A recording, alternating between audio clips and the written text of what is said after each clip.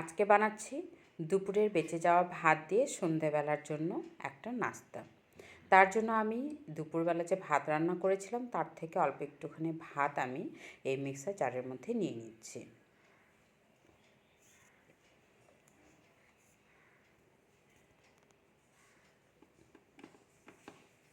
অল্প অল্প করে জল মিক্সড করে ভালো করে গ্রাইন্ড করে নেব। একদম মিহি করে গ্রাইন্ড করে নিতে হবে, একটুও যেন দানা না থাকে।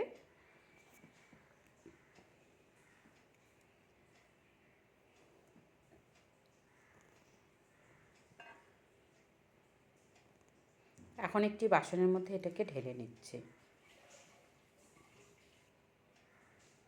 এর মধ্যে দিয়ে দিচ্ছি 2 হাতা টক দই আর দিয়ে দেবো 200 গ্রামের মতো সুজি।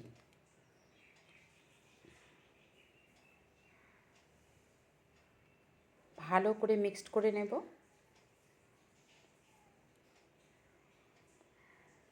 একটুও যেন লাম্পস না থাকে এরকম করে মিক্স করে নিতে হবে।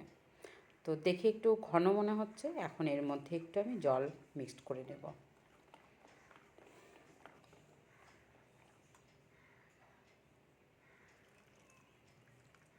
অল্প একটুখানি জল দিয়ে আবারও ভালো করে মিক্স করে নিচ্ছি।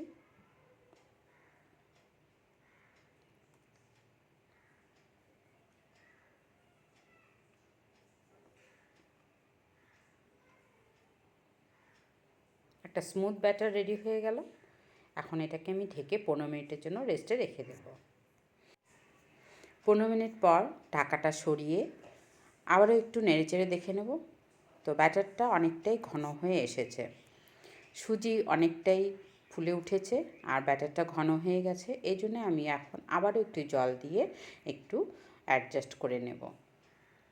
তো ব্যাটারটা খুব বেশি ঘন রাখবো না, আবার খুব বেশি পাতলাও করব না। ভালো করে মিক্সড করে নেব। ব্যাস এরকম একটা ব্যাটার তৈরি হয়ে যাবে। এখন আমি এর মধ্যে স্বাদ মতো লবণ দিয়ে দেবো, দিয়ে আবারও একটু ভালো করে মিক্সড করে নেব। ব্যাস এটা আমার ভালো করে মিক্সড করা হয়ে গেল। এখন আমি একটি স্টিলের প্লেট নিয়ে নিচ্ছি। এর মধ্যে 1 ড্রপ সাদা তেল দিয়ে ভালো মতো করে লাগিয়ে নেব।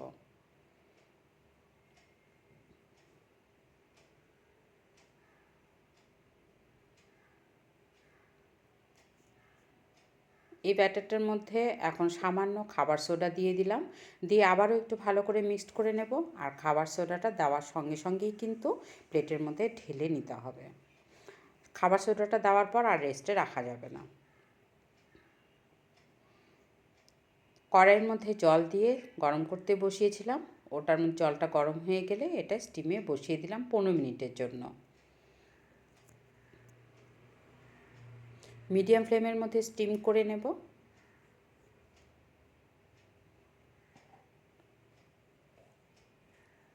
ব্যাস 15 মিনিট হয়ে গেল। 15 মিনিট পর ঢাকাটা সরিয়ে পরিষ্কার একটা চাকু কিংবা স্টিলের কোনো চামচ দিয়ে দেখে নেব যে ভেতরটা সুন্দরভাবে বয়েল হয়েছে কিনা।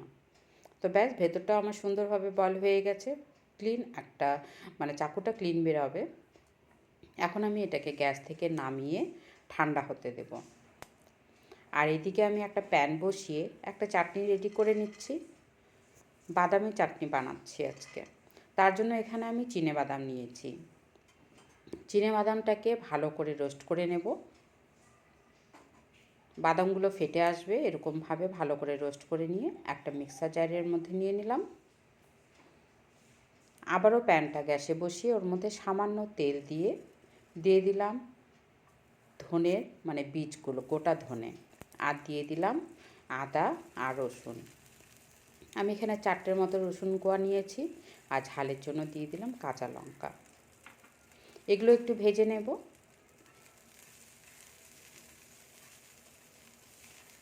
এগুলো একটু ভাজা ভাজা হয়ে গেলে এর মধ্যে আমি টমেটো দিয়ে দিচ্ছি। একটা টমেটো দিচ্ছি, বীজগুলো অবশ্যই ফেলে দিতে হবে। তো এখন সমস্ত কিছু একসাথে ভেজে নেব। টমেটোগুলো ভাজা ভাজা হয়ে গেল। এখন এটাকেও এই বাদামগুলোর মধ্যে ঢেলে নিচ্ছি, মিক্সার জারের মধ্যে।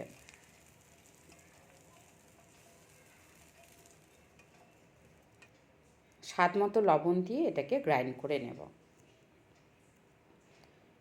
তো ব্যাস, চাটনিটা আমার রেডি হয়ে গেল, বাদামের চাটনি। এটাকে এখন সাইড করে রেখে দিই।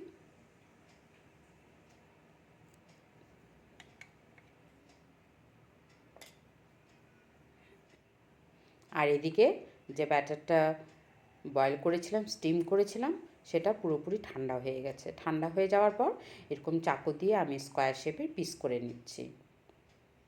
ঠান্ডা হয়ে গেলে ইজিলি এটা প্লেট থেকে উঠে আসবে। কত সুন্দরভাবে ফুলে উঠেছে দেখুন। এটাকে এখন আমি একটু রোস্ট করে নেব।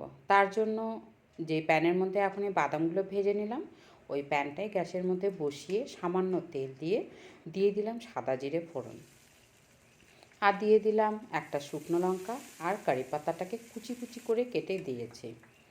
তো এটা একটু রোস্ট হয়ে গেলে এখন আমি এর মধ্যে এই স্টিম করা যে ব্যাটারটা এটা দিয়ে দিলাম।